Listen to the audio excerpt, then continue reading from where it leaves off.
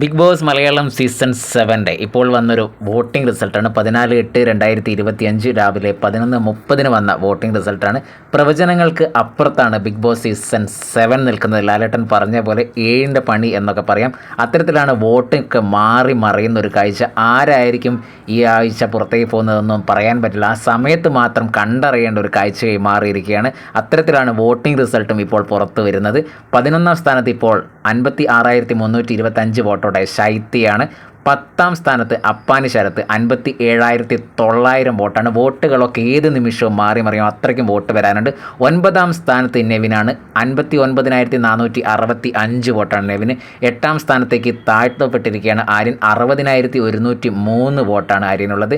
7ാം സ്ഥാനത്തേക്ക് താണുകൊണ്ടിരിക്കുകയാണ് ജിഷേൽ. 60,817 വോട്ടാണ് ജിഷേലിനുള്ളത്. 6ാം സ്ഥാനത്ത് ഉയർന്നിരിക്കുന്ന 61,900 വോട്ടോടെ RJ ബിൻസി. 5ാം സ്ഥാനത്ത് ആദിൽ നൂറ 62,000 വോട്ടോടെ ആദിൽ നൂറ 5ാം സ്ഥാനത്ത് നിൽക്കുന്നു.